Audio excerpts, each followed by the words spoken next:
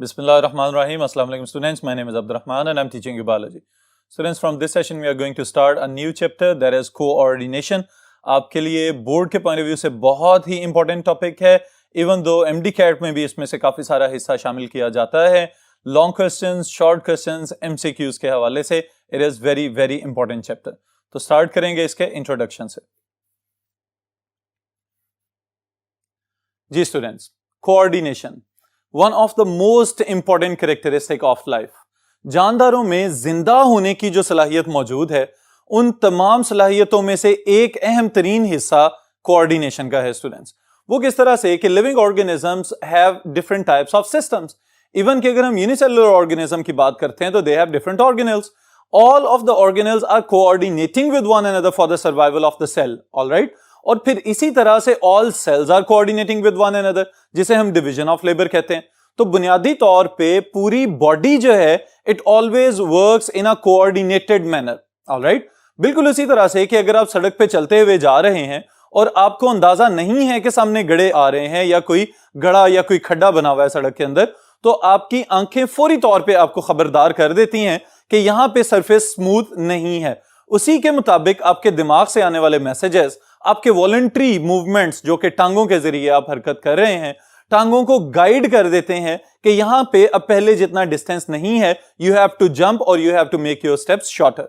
तो इस तरह से बुनियादी तौर पे हमने क्या किया, अपने नर्वस सिस्टम को इस्तेमाल करते हुए अपने विजुअल रिसेप्टर्स को इस्तेमाल किया और फिर अपने वॉलंटरी स्केलेटल मसल्स को गाइड किया. This is coordination. Alright students, फिर इसी तरह जो कुछ हम बोल रहे होते हैं, जो कुछ हम लिख रहे होते हैं, या इवन दो हमारी छोटी से छोटी हरकतें, all of them they are coordinated movements, coordinated acts. All right students, अगर कोई कोऑर्डिनेट नहीं कर पा रहा होता तो फिर हम उसे नॉर्मल ह्यूमन या नॉर्मल लिविंग नहीं कह सकते. All right students, so जो चीजें आपने याद रखनी है उसमें आप ये बात याद रखिएगा कि बुनियादी तौर पे कोऑर्डिनेशन की जरूरत किस वजह से पेश आ रही है. तो जस्ट लाइक जैसे हमने होम्योस्टैसिस में ये स्टडी किया था कि कोई भी जानदार अपने माहौल से बैरूनी एक्सटर्नल जो कंडीशंस हैं उनसे हर वक्त नबरदाजमा हो रहा होता है. बहुत सारी तब्दीलियां बाहर से किसी भी जानदार को मुतासिर कर रही होती हैं, तो they are known as stimuli. Alright. कोई भी ऐसी छोटी से छोटी तब्दीली जिसके लिए कोई जानदार रिस्पॉन्स पैदा करे उसको हम कहते हैं this is known as a stimulus. तो स्टिमुलाई एक्सटर्नल भी हो सकते हैं और साथ ही साथ इंटरनल भी हो सकते हैं. तो इन इंटरनल स्टिमुलाई या एक्सटर्नल स्टिमुलाई के लिए जो जवाबी कार्रवाई आप करेंगे वो आपके कोऑर्डिनेशन सिस्टम का हिस्सा होगा. Alright students, so how do we produce different coordinated responses? इन सारी चीजों को माइक्रो ऑर्गेनिजम्स, यूनिसेलुलर ऑर्गेनिजम्स और मल्टीसेलुलर प्लांट्स और फिर मल्टीसेलुलर एनिमल्स की सारी तरतीब थ्रू आउट इस पूरे चैप्टर में हमने देखनी है. Alright students, so we can say that stimulus can be internal or external and organisms show responses to stimuli at molecular, subcellular, cellular and organismic level. अब ये चीज समझने के एतबार से बहुत अहम है कि आपके सेल्स जो बॉडी के अंदर मौजूद हैं, बुनियादी तौर पे जैसे ही उनको कोई न्यूट्रिएंट या वाटर भी मिलता है तो फौरी तौर पे स्पेसिफिक पोर्स को ओपन किया जाता है ताकि पानी को एब्जॉर्ब कर लिया जाए. तो पानी स्टिमुलस था और उसके लिए जो कार्रवाई की गई वो आपका रिस्पॉन्स था.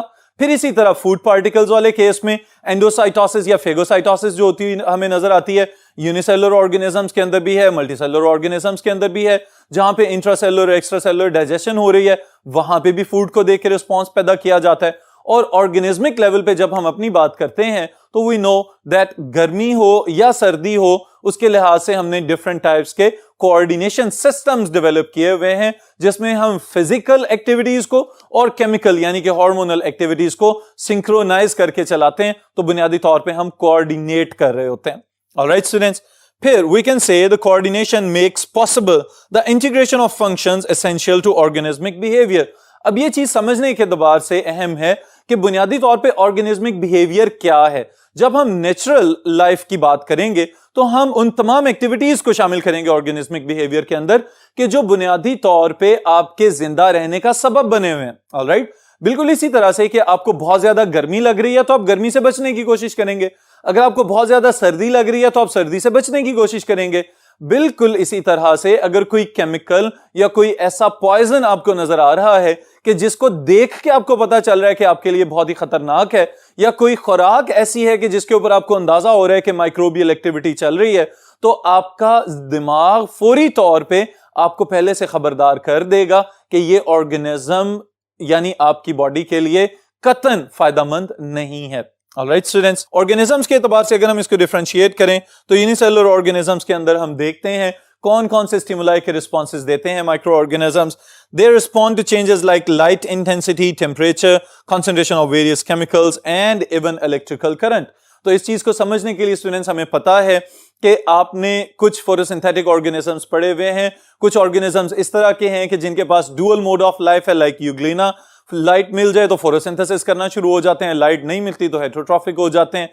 फिर इसी तरह हाई और लो टेम्परेचर के एतबार से internal metabolic systems with in the cytoplasm वो इफेक्ट हो रहे होते हैं। तो डिफरेंट टाइप्स के स्टिमुलाई जो हैं वो डिफरेंट टाइप के रिस्पॉन्सेज किसी भी ऑर्गेनिज्म से ले सकते हैं। तो ऑर्गेनिज्म का रिस्पॉन्ड करना is basically the coordination. Alright students, फिर इसी तरह अगर हम मल्टीसेलुलर ऑर्गेनिजम्स में चलते हैं तो वहां पे हमें एक डिफरेंट सिनेरियो नजर आता है, that is known as division of labour.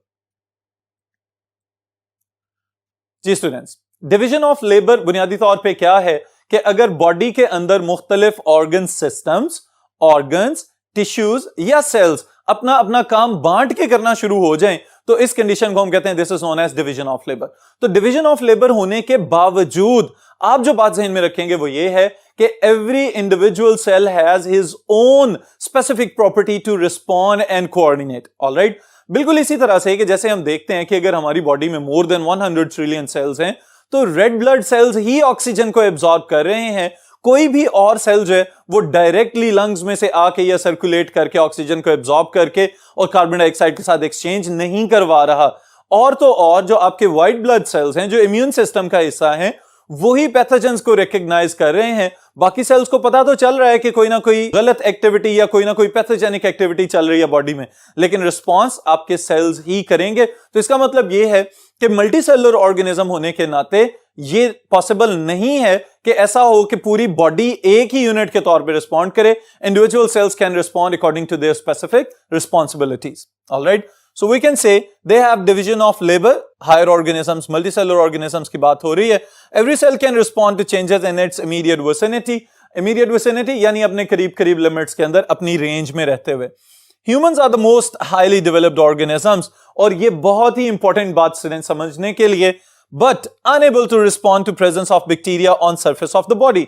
अब देखें, हमारी बॉडी के अंदर डिफरेंट टाइप्स के रिसेप्टर्स मौजूद हैं। ऑलराइट, लेकिन उन रिसेप्टर्स के लिए अल्लाह ताला ने कुछ लिमिट्स फिक्स कर दी हुई हैं।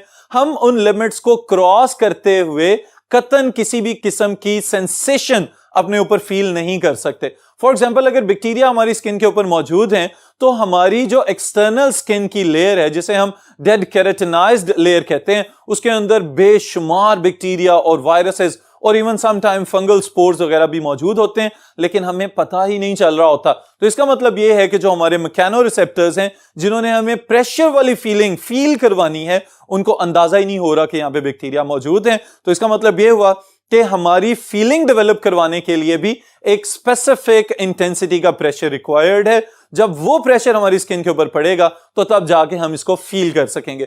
ऑन द अदर साइड अगर हम देखें तो हमारी स्किन के ऊपर जो एपिडर्मल हेयर्स हमें नजर आ रहे हैं, इसी तरह सर के ऊपर आपके जो बाल मौजूद हैं, आप इनको हल्की सी फूंक मार के देखें तो जैसे ये हेयर्स मूव करेंगे फौरन आपको फील होना शुरू हो जाता है। तो बुनियादी तौर पे वो रिसेप्टर्स जो आपकी स्किन के अंदर मौजूद हैं उनको उनका थ्रेशोल्ड स्टिमुलस मिलेगा तो फिर ही वो मैसेज आपके दिमाग की तरफ भेजेंगे कि now we have felt some sort of stimulus. फिर ये तय किया जाएगा कि क्या रिस्पॉन्स देना है और क्या नहीं। सिमिलरली जो दूसरी एग्जांपल यहां पे डिस्कस की जा रही है, it is about the light. Light में स्टूडेंट्स अहम चीज ये है कि जिसे हम अंधेरा कहते हैं कि it is absence of light, रोशनी वहां पे मौजूद नहीं है, लेकिन फिर उसके साथ ही साथ जैसे ही हम नाइट विजन बाइनोकुलर्स लगाते हैं, यानी इस तरह की दूरबीन जिससे अंधेरे में भी नजर आ जाए, तो हमें फौरी तौर पे एक विजुअल पैदा होना शुरू हो जाता है, हमें एक पिक्चर नजर आना शुरू हो जाती है। तो इसका मतलब यह है कि हमारी आंखों के अंदर जो स्पेसिफिक फोटो रिसेप्टर्स मौजूद हैं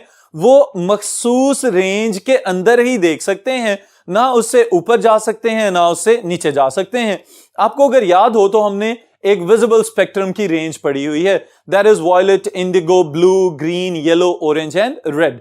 तो रेड से आगे इंफ्रारेड, फार रेड्स वगैरह, और वॉयलेट से नीचे यूवीज वगैरह, अल्ट्रावायलेट रेडिएशंस, ये हमें नजर नहीं आती। बिल्कुल इसी तरह से अगर हम अपनी ऑडिटरी सेंस की बात करें कि जो हमें सुनाई देने वाली आवाजें हैं, तो वहां पे भी स्टूडेंट्स आपको याद होगा एक मखसूस विस्परिंग साउंड से नीचे और एक खास किस्म की ट्रेबल या नॉइजी साउंड से आगे हमारे कान सुन नहीं सकते। दोनों सूरतों में हम यही कहेंगे कि बुनियादी तौर पे हमारे जो रिसेप्टर्स हैं they are not modified to coordinate with these things, alright. लेकिन उसके बावजूद we are the best organizational और developed organisms on this planet right now. तो अपनी बात भी करेंगे और प्लांट्स के अंदर जो कोऑर्डिनेशन है उसकी डिटेल्स भी देखेंगे इंशाल्लाह नेक्स्ट सेशन के अंदर।